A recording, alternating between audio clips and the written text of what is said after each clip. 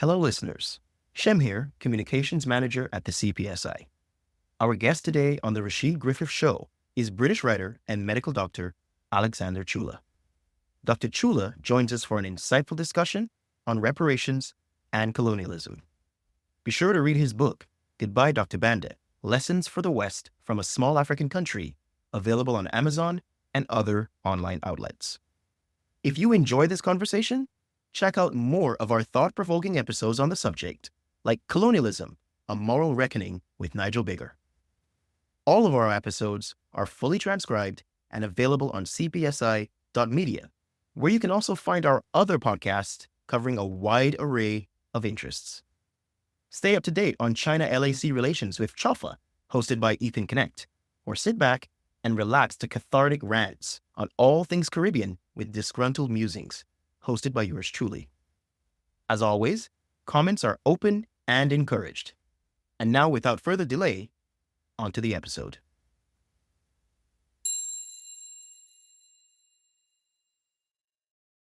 So this is the land that obsesses David Livingstone. It's a major focus of his expeditions and missionary endeavors. And it obsesses him because once the transatlantic slave trade has been suppressed, the largest in the world is the Indian Ocean slave trade. And at its very heart, the most populous territory supplying that slave trade is Malawi, the broad territory around what is modern-day Malawi. And when Livingstone explores the region, what he discovers can fairly be described as hell on earth.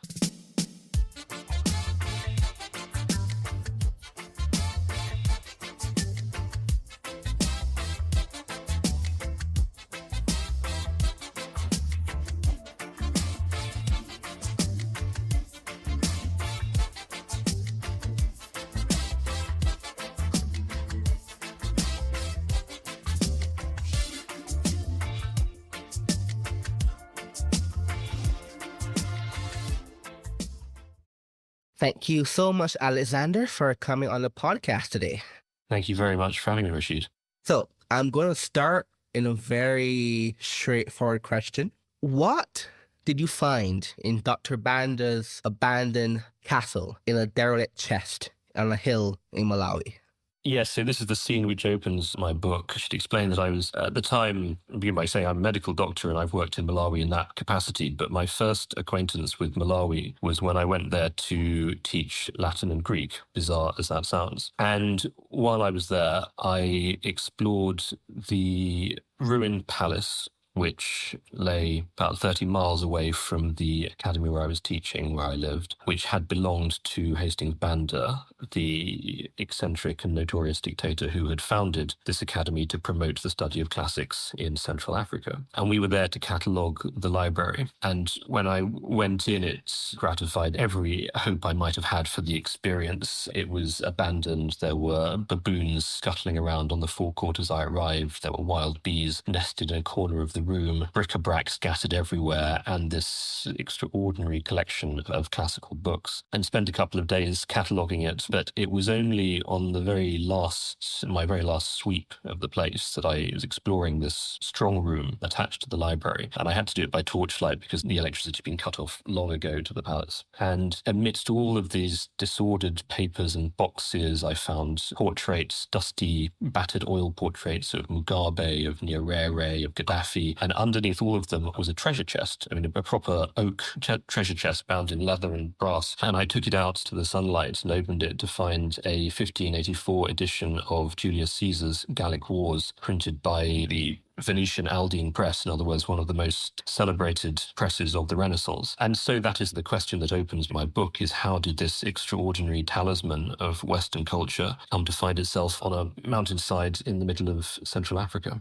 And that sets the stage quite nicely for the general meta concept of the book. And we're going to obviously dive into that. But before we do that, I'm curious, what's your explanation for why exactly did Dr. Banda have such a interest in promoting classical literature in Malawi at its extremely low stage of development?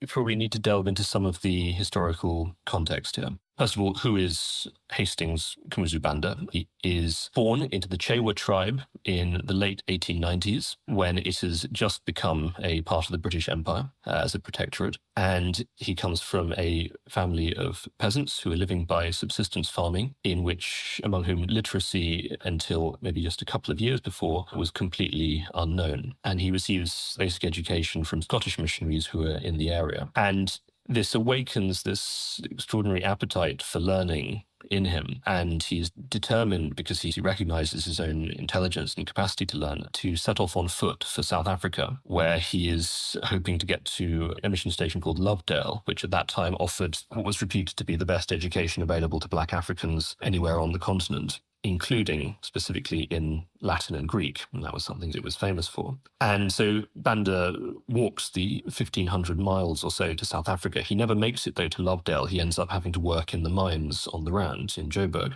But when he's there, he's also taking evening classes, supplementing his education, and he gets a scholarship to go to America.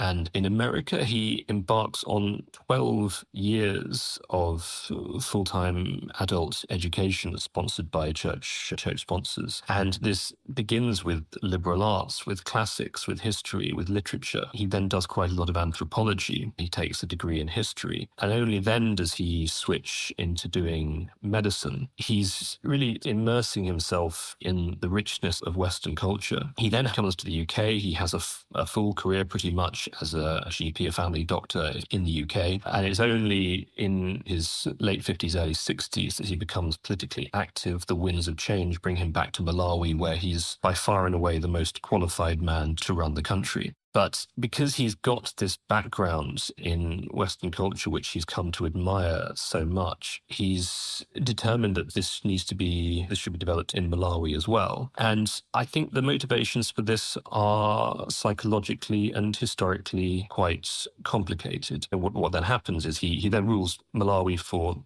30 years as dictator for life, and begins various programs to promote classical education, including at the university which he founds. And then in the final decade of his rule, he sets up this wildly extravagant project called Kamuzu Academy, which is an academy modeled on Eton College in the middle of the Malawian bush, at the site of the very kachere tree under which he'd received his childhood lessons from missionaries. And at enormous expense, this school is there to educate the country's brightest pupils, boys and girls, whoever performs best in local exams from each district of the country, in Latin and Greek.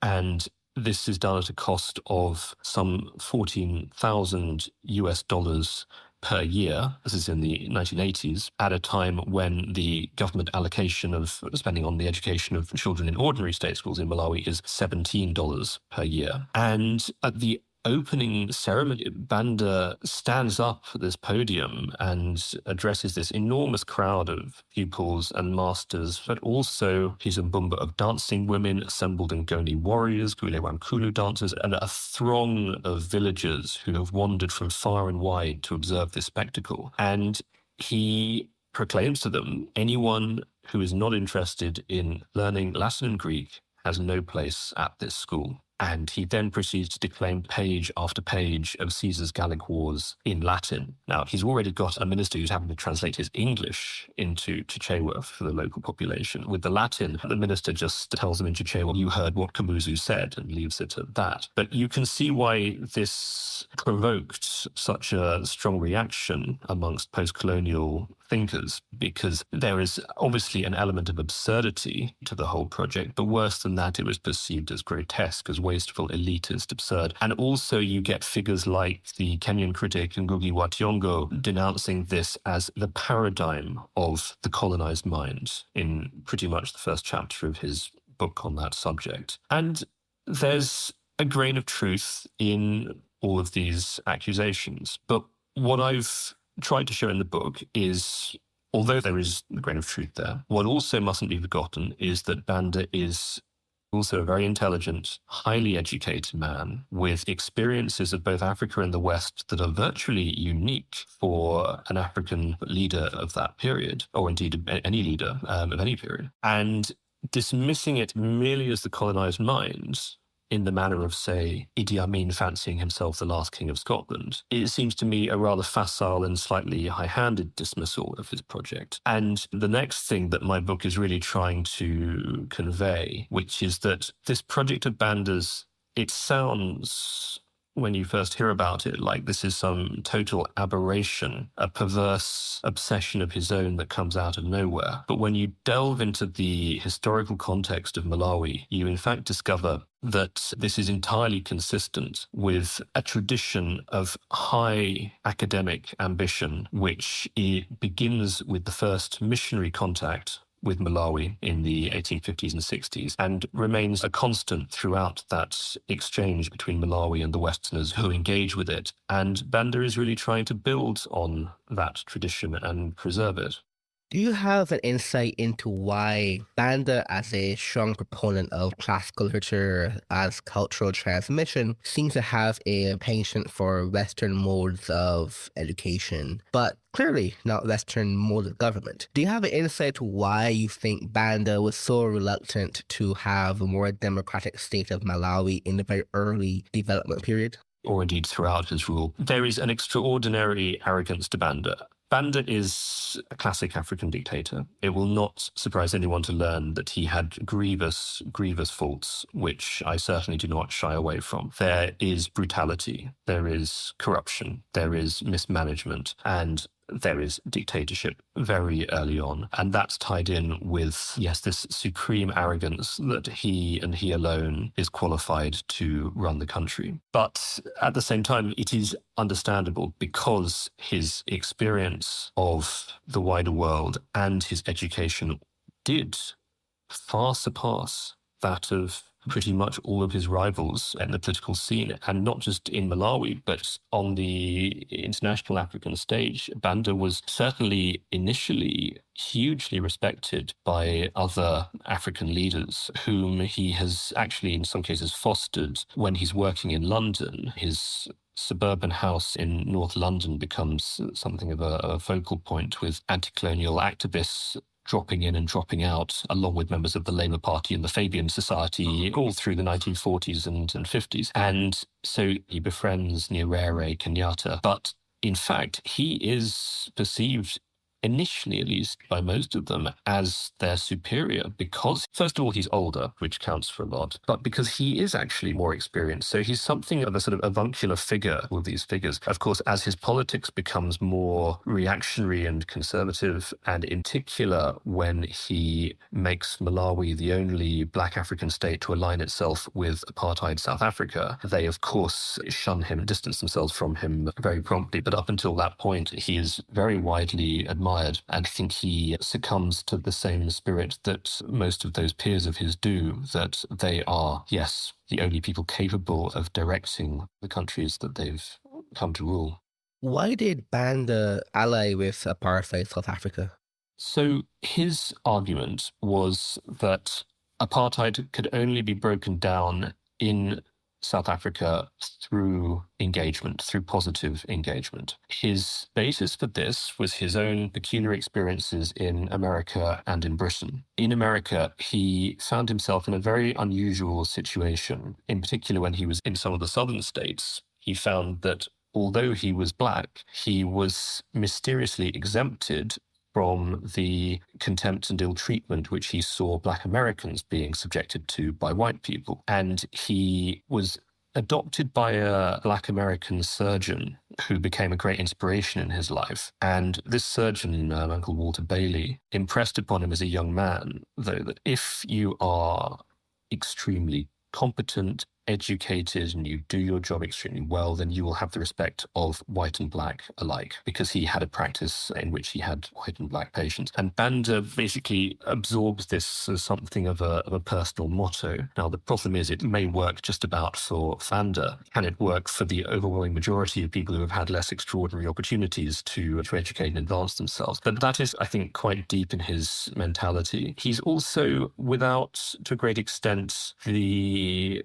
feeling of acrimony towards white South Africans, white colonialists, that characterizes a lot of the rest of the politics in the post-colonial period. When he goes to the UK, for example, he really contrasts his experience in Britain with his experience in the US. Now, in America, in Nashville, Tennessee, he's actually witnessed a lynching. When he goes to the UK, he can't believe how open and welcoming the society is, especially when he goes to Scotland, which is the country that almost furnishes him with a surrogate identity. He goes first to Edinburgh. And not only is he not excluded from society, he becomes something of a local celebrity, and he really opens up. And he even writes to his colleagues back in Malawi saying, "You won't believe it when you come here. The way I'm treated as an equal, it's just extraordinary." And the chief that he writes to comes and visits him in the UK. And when he gets back to Malawi, he writes to Banda again and says, "I didn't believe you when you wrote those letters to me. But when I came and visited, I saw for myself that it was true." So because he's had these sort of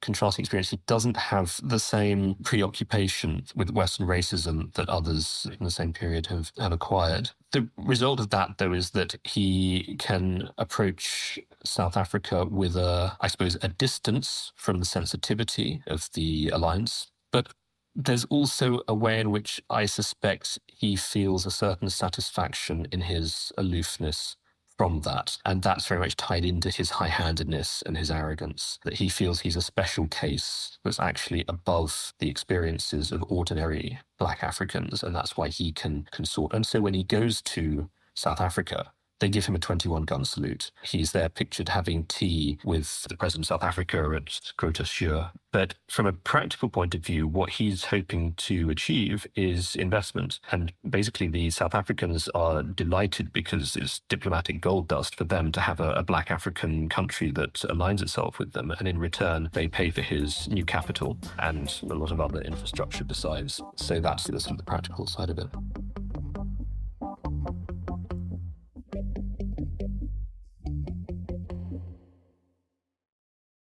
You mentioned earlier in passing, you do discuss in the book, that the approach of Banda towards classical education was quite looked down upon and attacked, not only by fellow Africans, but also Westerners, even then. And ironically, that would likely still happen today. What was the arguments used by Western people, or Westerners, British, or even Americans, that this should not really be occurring? Why waste the time and the money, in particular, trying to teach poor Africans classical literature?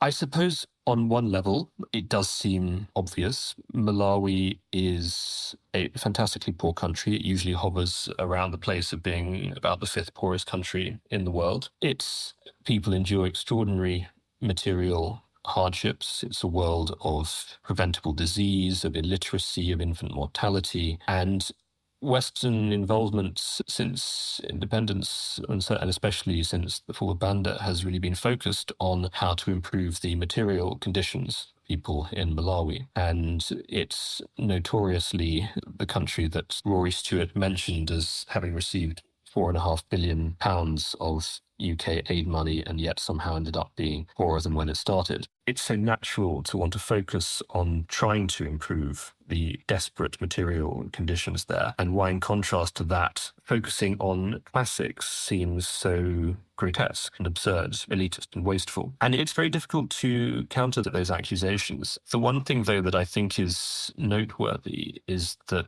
they're all exactly the same accusations that I've heard leveled against classics being taught in the West. So my suspicion, and this is based also on my own experiences of studying classics at Oxford, which I describe in the book, is there is something deeper here. It's not merely a preoccupation with how to improve conditions in Malawi. It is also a problem that Westerners have with the study of their own culture. And what is that problem exactly, do you think it is? So classics in particular in Britain, classical education has become, say, tainted because of its association with the imperial past. The fact that classics was seen as the educational basis which equipped young British men to go out and rule the empire. And also because within Britain of its elitist associations, that it's especially its association with the public school system and Oxbridge. And I think there's a powerful resistance to all of those. I think that there is also something deeper. I think there's a growing embarrassment about our culture in general, which is the result of both being uninformed and misinformed about that culture. For a long time, education has neglected the classics outside the elite sphere. It's neglected the teaching of more recent European culture as well. And also there have been, I think, active efforts to disparage that culture within the educational system. People are left feeling doubtful about the value of European, especially English culture and its classical antecedents, and not merely doubtful about its value, but actually inclined to wonder whether it might have been a bad culture responsible for so much wickedness in the world, inequality, imperialism, slavery, and so on. And I suppose the reason I wanted to focus on Malawi is because it offers an extremely unusual case study in the sort of culture that Westerners have exported to the rest of the world. Because Malawi has experienced the whole gamut of Westerners down the ages, starting with David Livingstone and the early missionaries through the colonial era when it's part of the British Empire, up to the present day when its experience is chiefly through tourists, international development industry professionals. And I think the view that we flatter ourselves today that we are now respectful, passionately curious, open-minded about other cultures, and we contrast this with the bad old days of the past when our forebears were bigoted, Eurocentric cultural imperialists. But what my sometimes mischievous compare and contrast of all these different approaches down the ages, I hope, shows is that in the case of Malawi, it was our ancestors, even and especially in the Victorian era, who engaged far more energetically, far more respectfully, actually, and with results that were far more mutually uplifting for both sides and enriching than is almost ever exhibited by contemporary visitors to the country. You speak a lot about the impact of missionaries in Malawi in particular. And this is very often understated, especially now, how impactful they were. So that's the question for listeners. How impactful were missionaries in Malawi? Absolutely. And indeed, that was very much what the people that I was chiefly thinking of when I mentioned just then the positive and enriching ways in which Western culture has been introduced to this part of Africa. The initial contact with Malawi, as it now is, was almost entirely a missionary endeavor. It is an important historical microcosm because it really undermines a lot of the prevailing narratives about the colonial experience and the experience of slavery in Africa. So this is the land that obsesses David Livingstone. It's a major focus of his expeditions and missionary endeavors. And it obsesses him because once the transatlantic slave trade has been suppressed, the largest in the world is the Indian Ocean slave trade. And at its very heart, the most populous territory supplying that slave trade is Malawi, the broad territory around what is modern-day Malawi. When Livingstone explores the region, what he discovers can fairly be described as hell on earth.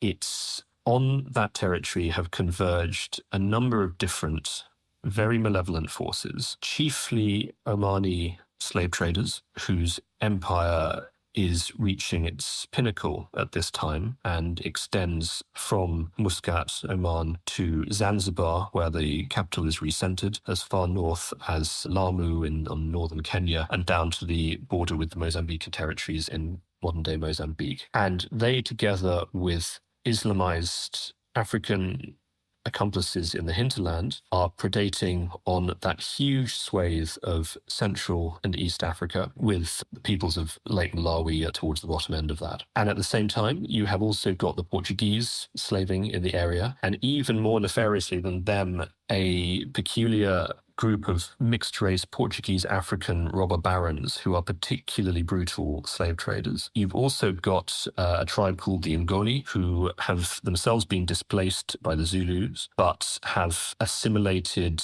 some of the customs, the practices, and in particular some of the military tactics of the Zulu peoples. And they have moved north from what is now South Africa through Mozambique and into Malawi. And all of these forces are predating upon the indigenous peoples of Lake Malawi to create conditions which Livingstone describes as being the open sore of the world. You have total disruption of local societies, total disruption of agriculture, associated perennial famine. And when Livingstone is traveling up the Shire River, one of the expeditions is confronted by a river that is constantly got corpses floating down it, just because the dead are so numerous and the people so exhausted by famine and war that they no longer bother to bury their dead and just toss them in the river. And Livingstone is an anti-slavery fanatic. It is a total obsession of his. And he realizes that to actually end the Indian Ocean slave trade, it's going to be much more difficult than the transatlantic one in some ways, because it's being conducted by small boats, Arab dhows, coastal hugging, going up and down the East African coast, and the Omani Arabs are engaged in it, the Egyptians are engaged in it, the Ottomans are engaged in it. But for the sort of large naval vessels that could police the transatlantic slave trade of the Royal Navy, they can't get in close enough to the coast to actually stop these dhows from operating. And also the dhows, because they've got a friendly coastline ruled by the Sultan of Zanzibar all the way, they can easily just drop off their cargo as soon as they catch sight of a British ship and deny that they're slaving. To add to that, there's even the Portuguese and the French are also shipping. They're easier to stop because they are shipping them in larger vessels. It's quite extraordinary. The French are still being caught trading slaves in the Indian Ocean into late in the 1890s. And the Portuguese are exporting slaves from Malawi even to Brazil in the late 19th century. But that's relatively easy to stop that. The difficult part is this vast trade being conducted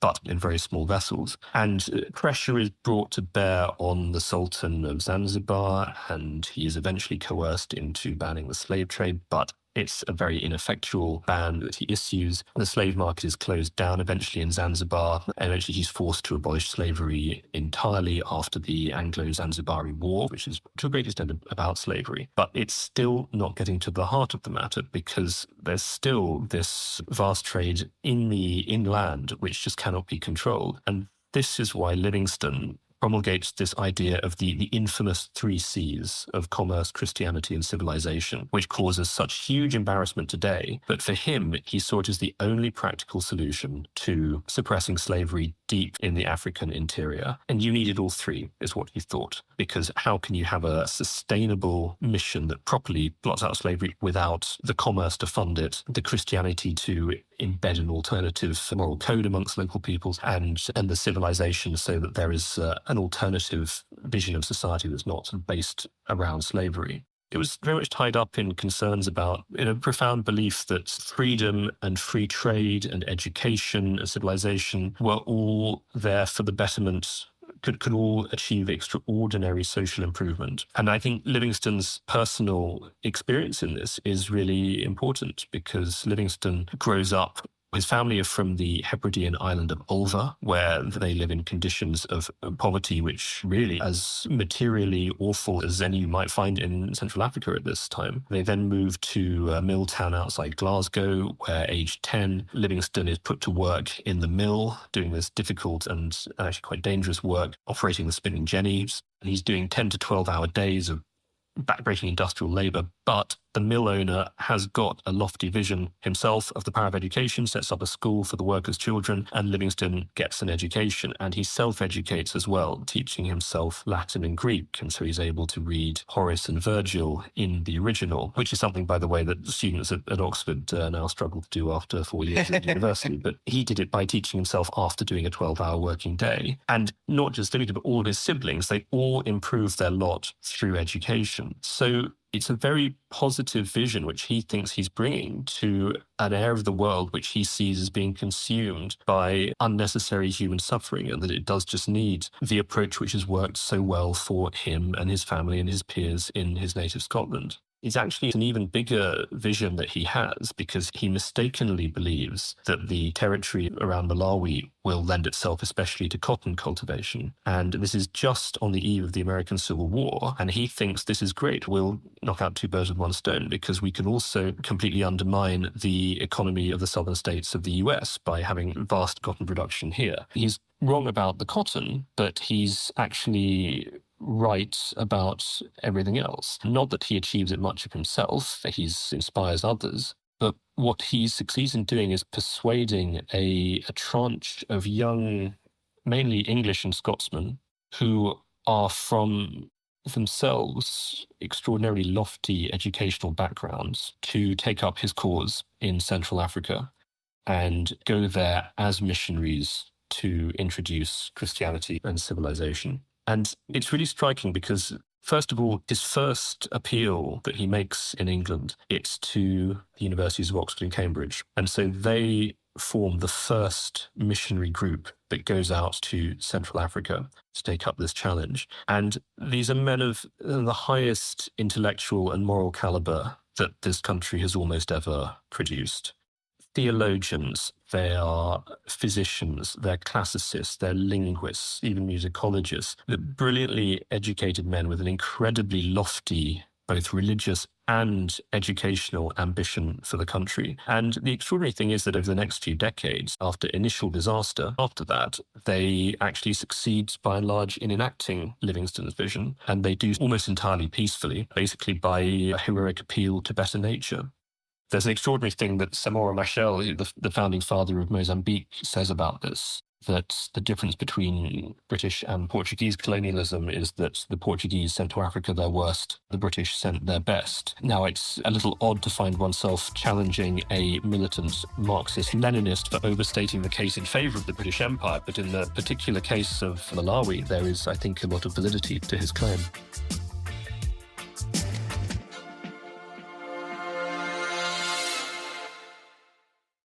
It is quite striking, the contrast of especially Church of England in the civilizational project of the late 19th century to now in 21st century, where, not to be too harsh on the church, but it feels like they're trying to dismantle civilization in many ways, with a lot of their new positions on things like reparations, for example, or even things like renaming aspects of the church. Using the Malawi case study, there are also similar ideas in the Caribbean, for example, and other parts of South Africa and Western Africa. It is very striking, the turnaround of the same church as a stable institution just after 2 centuries. Is it striking to you how the Church of England, instead of continuing this civilizational project it has now followed the political mores of just current society? I think it's desperately sad. I don't know if I go so far as to say they're seeking the dismantlement of civilization. I think they are well-intentioned. They believe that they're doing the right thing. But I think that they are gravely mistaken and deeply uninformed, especially with their handling of the memory of the Church of England's contribution to eliminating slavery in Central Africa. So coming to the fore in the last year or so because of the Church Commissioner's report, which used forensic accounting to establish guilt by benefiting from the slave trade in the early 18th century, actually quite a short period of time when there were church investments in the South Sea Company, which participated in slave trading. And on the basis of this quite short period, the church has pleaded, I would argue, a wildly disproportionate degree of guilt and has proposed, I would argue, a wildly disproportionate degree of reparation is necessary in the form of a fund of £100 million, which I think is tipped to be expanded to £1 billion by way of reparations to the victims of slavery. And it struck me amidst the report that the report authors pride themselves on telling an untold story. voices that are not normally heard, they are amplifying them. But this is history which is not known to most people and needs to be better known. But it struck me in the midst of this that there are aspects of the Anglican Church's contribution to abolitionism which are reasonably well known. The role of the Clapham sect, for example. But it seems to me that the contribution of the Church of England to eliminating slavery in Central Africa is almost completely undiscussed. And yet, I think it is something that the Church should be extraordinarily proud of, and for practical reasons, which I'll come to, I think should be vigorously asserting. But what happened when Archbishop Welby went to Zanzibar earlier this year and gave a sermon in which he had, I thought, sort of failed to honour and uphold the memory of the Anglican missionaries who'd done so much to extirpate slavery in Central Africa. There seems to be so much an absorption with the past. It seems so obsessive. It seems so self-obsessed because there's a contemporary issue going on which he is completely ignoring in the midst of this, which is that in recent years, slavery has started to recrudesce in precisely this region. So it was a very, very bitter discovery that just earlier this year, that a story was broken by the BBC of Malawians who'd been tricked and trafficked to, of all places, Oman, the historical force at the heart of slave trading in the region historically. There, they'd had their passports confiscated. They'd been bound into domestic servitude. There'd also been appalling sexual abuse that they alleged, including gang rape. And in the negotiations that followed, the Malawian government, which, bear in mind, is the government of sort of like the fifth poorest country in the world, had ended up having to pay reparations to effectively the slave owners, to the Omani businessmen who had acquired these Malawian workers in order to get them repatriated. And it seems to me that if the Church of England actually asserted its extraordinary and heroic historical record in opposing slavery, then it could actually use that as a moral basis for challenging and opposing evils which are reasserting themselves in the region even as we speak. But instead, it's lost in this totally introspective, private narrative about its own guilt. The arc of history is supposed to bend towards justice, but that won't happen if the actual custodians of that history completely neglected. Now, Zanzibar is important because for a long time it was the center of the university's mission to Central Africa, that mission set up in response to Livingstone's appeal to the universities of Oxford and Cambridge. And after an initial debacle in Malawi itself, they had to retreat to Zanzibar, which is where they built this magnificent cathedral on the site of the old whipping post that stood at the center of the Zanzibar slave market. And when we went to this cathedral, he did fleetingly, though, acknowledge that there had been a university's mission to Central Africa and that they had been brave and fought against slavery. But their absolutely crucial role in properly eliminating it from Central Africa, he did not mention. And he did not mention at all the enormous sacrifice, personal sacrifice, that so many of these men made, including their lives. And it really struck me as a betrayal of that memory.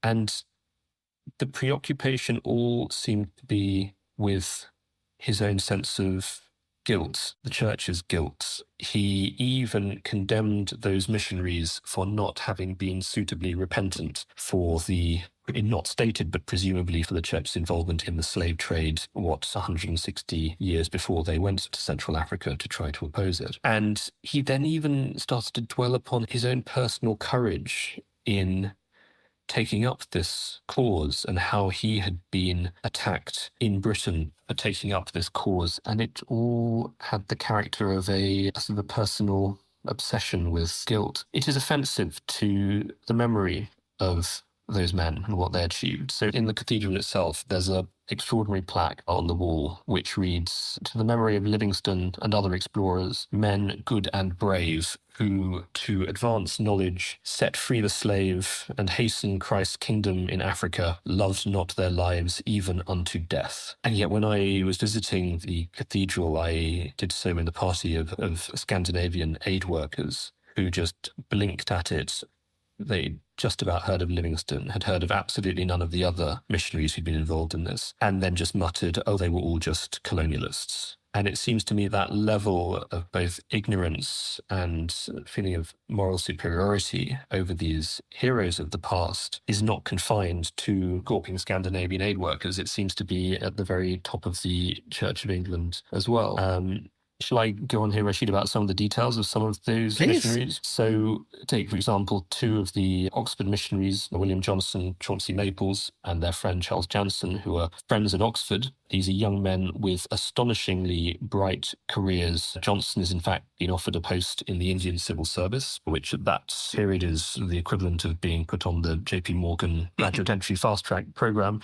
They have careers of enormous success, potentially very lucrative careers ahead of them. But on hearing Livingstone's appeal and that of his successors, they decide to embrace a life of extraordinary danger and hardship by going to Central Africa to try to oppose slavery. And they've already heard of the disaster of the first expedition that goes out under a man called Charles Mackenzie, who is a Cambridge mathematician who ends up dying with most of his party in desperate conditions in southern Malawi. They know the risks, especially due to disease. And so on their way out to Africa on board ship, they're devoting themselves to writing their own epitaphs that will rest on the graves that they expect to find in Africa. And sure enough, the third of their party, Charles Jansen, is dead within a week. And having lost most of his party and their supplies in a flood, William Johnson has to basically bury him with his bare hands. But they are totally undeterred. They're even undeterred when Johnson develops this tropical eye infection and goes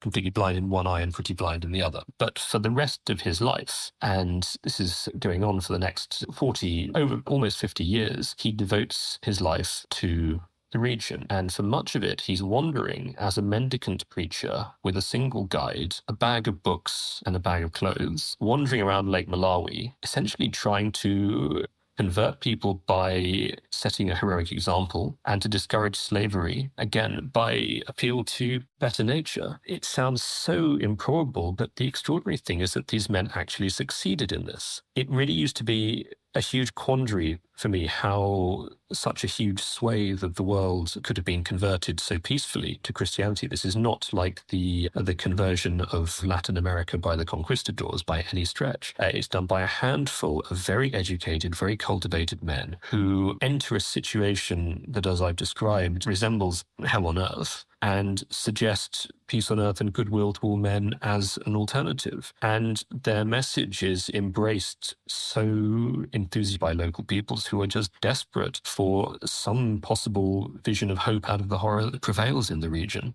And I found it so interesting to actually drill down into what was the concrete experience of these missionaries when they actually set foot in the place. The first thing to note is that this is a fantastically sparsely populated country. Even though it's one of the more populous regions, which is why the slave traders are going there in the first place, it's still got a country the size of England with a population of less than 1 million when they do the first census in 1911, and that's after a generation of relative stability and peaceful agriculture and so on. So they can travel for days or weeks without seeing anybody. And then when they do, they come across an extraordinary description of Mackenzie, that the first bishop encountering a slave caravan in southern Malawi for the first time. And as soon as the caravan sees him and his handful of companions, the slavers just flee in terror. And it's that easy at first to discourage this practice. The people are just so overawed by the appearance of these strange people. And of course, they start to uncover the atrocities that are taking place. And they then realize it's more complicated and that they're in the middle of intertribal warfare and this all needs to be. But essentially, by commitment to the place and commitment to peaceful means, especially by the time Johnson and his friend Maples get there, by building a secure stronghold on an island in Lake Malawi, they are basically able to set an example and show the fruits of civilization, show the way of peace, and it just attracts more and more people to their cause. But it's not the educational side is the part that I suppose my book has tried to emphasize, because that for me was what perhaps impressed me most. Are in the midst of a society in which literacy is completely unknown. And in order to teach anything, they have to first learn the local languages. Several of them, including Johnson, end up then translating the Bible, the Book of Common Prayer, into local languages. Others of them wrote dictionaries and grammars of the local languages. And only then are they in a position to teach their parishioners how to read the Bible. And what they unlock is this extraordinary appetite for the written word, so that in especially another part of Malawi that I really focus on in the north, Livingstonia, this titan of Victorian missionary endeavour called Robert Law, who is almost completely consigned to oblivion in Britain today, but is still remembered very respectfully in Malawi. And he embarks on this educational project of really towering ambition, because once he realizes how much appetite there is, he realizes, actually, I can teach them Latin and Greek and Hebrew and literature and philosophy. And by the time he ends his career in the mid-1920s, there's this extraordinary episode where a British anthropologist is sent from SOAS to investigate levels of educational attainment in the region. And she comes across an Ngoni warrior walking in the hills one day with a spear in one hand and a book in the other. And it's a copy of Plato's Republic.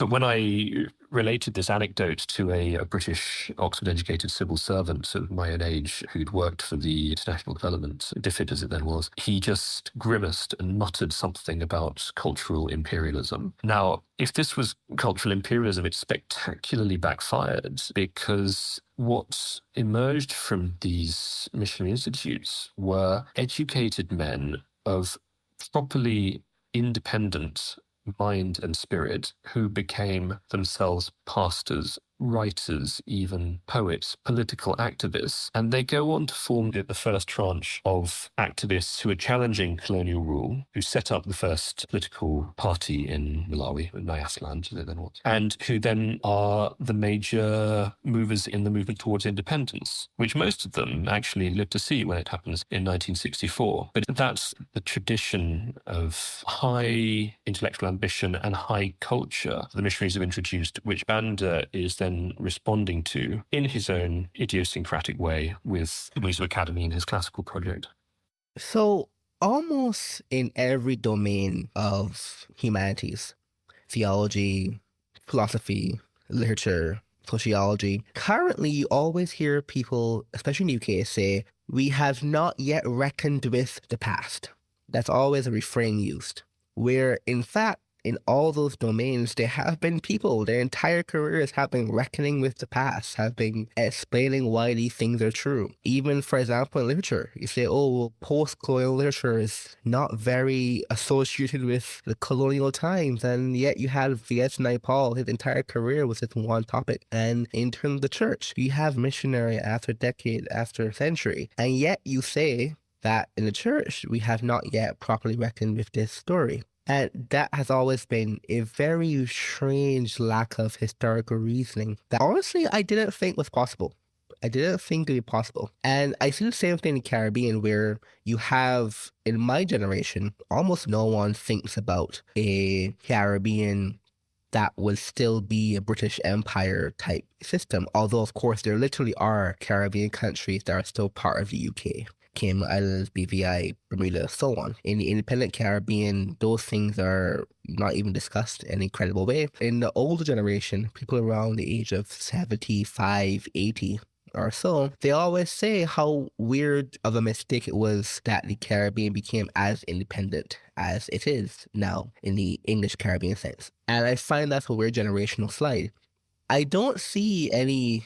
This is, in my view, the pessimistic question. I don't see any counter movement, particularly in the UK, where you're trying to actually teach younger people what happened and what they should be grateful for, what they should be prideful of in terms of the civilizational project of their own society in the Caribbean, in Africa, in India. I don't know if you have a view on how this is going to turn out, or what is currently happening to counter it? I think I share your analysis, Rashid. I wish I could say something optimistic about it, but I don't particularly feel that way. I particularly deplore this constant talk of needing to reckon with the past. I agree that we need to reckon with the past, but that is precisely what we are failing to do. We are reckoning only with a highly selective version of the past and not its totality. And so I suppose I was hoping that my book might do something to correct that.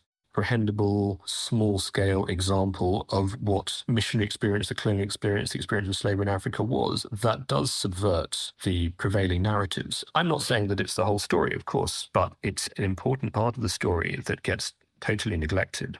There is in all this a sense that there isn't actually a desire to reckon with the past. There's no real desire to inform oneself about the history. It's really about asserting one's moral superiority over the past, because I suspect we feel such a moral vacuum without that, without the comfort that, yes, there are at least our ancestors that we can feel better than. Yes, without that feeling, our lives are otherwise unworthy. And I think it's a place like Malawi that explains why that feeling can develop. Because when you see the extraordinary material inequality between one's own life and that of people in Malawi, and indeed most people in most parts of the world, it's, I think, natural to feel an extraordinary sense of guilt about that inequality. But nobody actually wants to reduce their own material circumstances. And the only way to comfort yourself in this situation is to assert your superiority over something. And the thing that's easy to knock is your ancestors.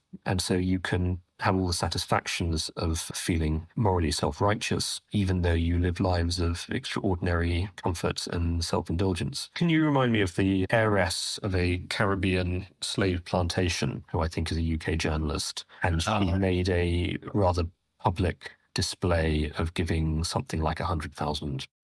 Yes, $100,000 in Grenada, I believe. Yeah, that episode struck me as an example of the phenomenon I'm trying to describe. It's the guilt of inherited wealth and that need to castigate the wicked ancestors that you got it from, and also make a big exhibition of giving some of it away. But at the same time, you don't give away so much that you actually make any material difference to your own life.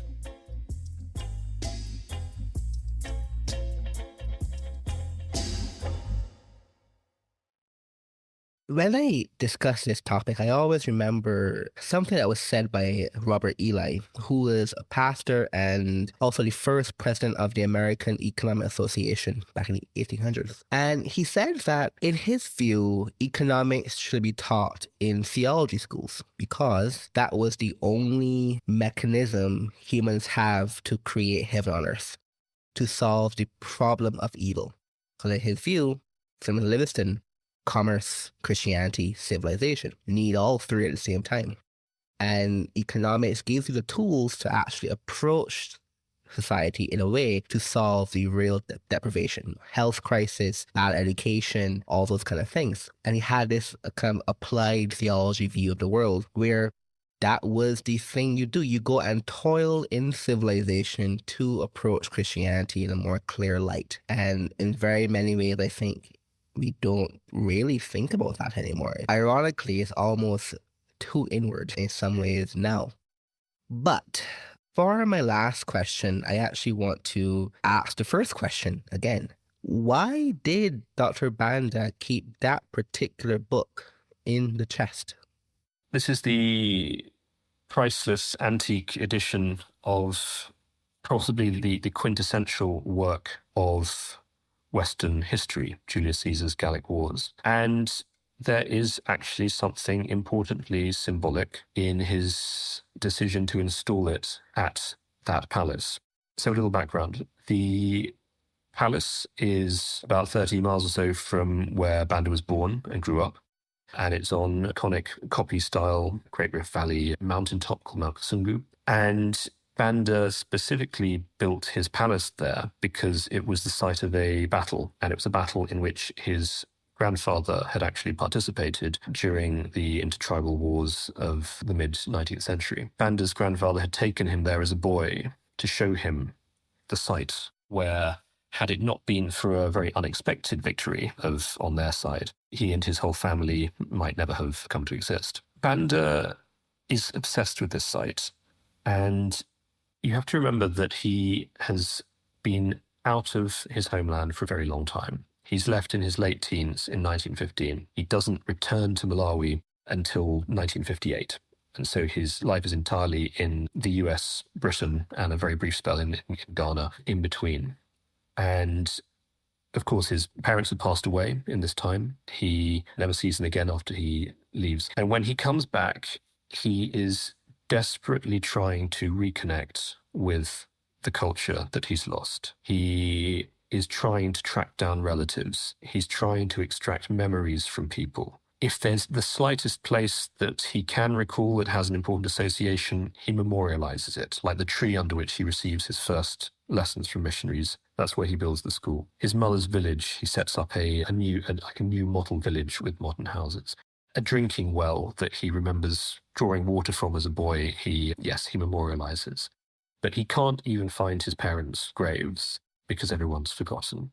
And he's so frustrated at how the history just slips from your grasp. And yet this mountaintop, this battlefield site, was something that he could definitely concretely remember because the hill is so unmistakable in the big, vast empty plains in which it's set. And I think for Banda, Julius Caesar, the classics, literacy, these were all symbols of the power of the written word, the power of written history to preserve your heritage and to connect you with not just the heritage of a couple of generations, which has already been forgotten, but with thousands of years past. And that really, I think, is why the classics is such a major source of obsession for him. It's because the curious thing about Banda is that for all of his obsession and some would argue fetishization of Western culture, he is also deeply attached to his own in perhaps the way that only an exile who's been severed from that culture can be. And so when he comes back to Malawi, he's simultaneously trying to promote this high version of Western culture that he's absorbed from abroad, but he's also trying to celebrate what is local. He tries to foster a literary tradition that will revitalize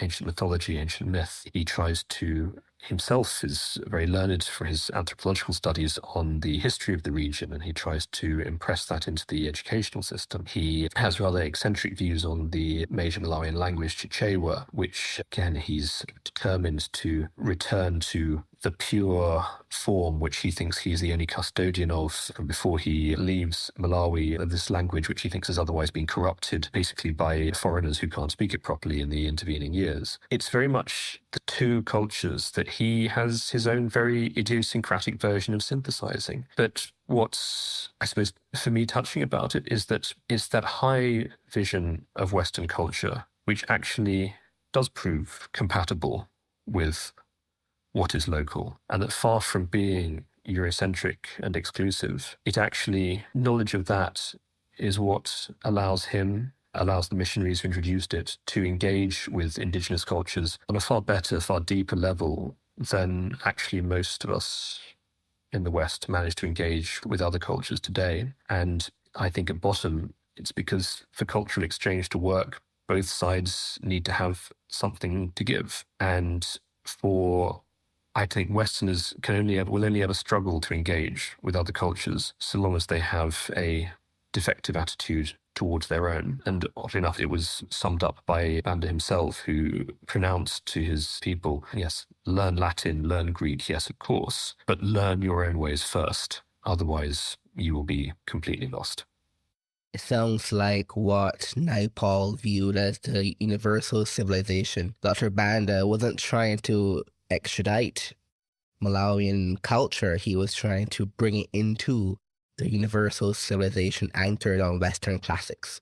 Absolutely. Yeah. And it's really remarkable as a final thing to add to what I said before about the fruits of this engagement with Western culture is that from very early on, from that introduction by the missionaries of literacy and then very quickly literature and Western high culture upon it, there emerges a literary tradition of Malawi's own, which is absolutely astonishing in size for such a tiny country. There's a catalogue of poetry becomes something of a national pastime for educated Malawians. And it's something that Banda himself briefly contributes to and then tries to foster with literary competitions. He tries to produce an anthology of celebrations of Malawian culture. Ironically, it's a tradition which then develops its own life force, as literary traditions are wont to do, and it becomes politically very intractable and highly critical of Banda's rule. And one of the major sources of opposition to his regime is the famous Malawi Writers Group, of which Jack Mapanje is probably the best known outside Malawi, because he eventually escaped from prison was released from prison in Malawi and came to the UK, where he lives now. And so it is one of the sort of bitter ironies that this tradition that Banda tried to foster ends up actually in opposition to him, and he tries to suppress it. But the bigger concern, I think, of most of the Malawi writers is one that did accord with Banda's original vision and did accord with the vision of the early missionaries, who were themselves truly devoted to the study and the celebration of local cultures, in the best cases, in a way that's so neglected today. The Church Commission's report again spoke about how missionaries have denigrated local cultures. And that did happen, but it's not the whole story. You also get a very large number of very learned missionaries whose bias, when you read them writing about Malawian culture, their bias is so obviously towards the local culture, not against it. But of course, these are writers that get totally neglected today because they are inconvenient for the prevailing narrative. So the larger point I wanted to make, though, was this literary tradition, what it comes to really focus on is how to celebrate Malawian culture, a culture that they know is vanishing with the intrusion of modernity. There's an inevitability to this. And they know that ancient ways are being forgotten, but that literature offers them this tool for revitalizing that tradition. And it's curious that it's something that's echoed elsewhere on the continent, and most famously in Chinua Achebe, who talks about harnessing Western means for African ends and using literature to preserve and reinvigorate culture that's otherwise going to disappear from your grasp. But actually, it's there in the Malawian literary tradition even before Achebe, and it's very much something that emerges from that tradition of high ambition in the humanities, which the earliest missionaries to Malawi fostered. Alexander, thank you so much for joining me on the podcast today. This has been a truly amazing conversation. Thanks you ever so much for having me, Rashid.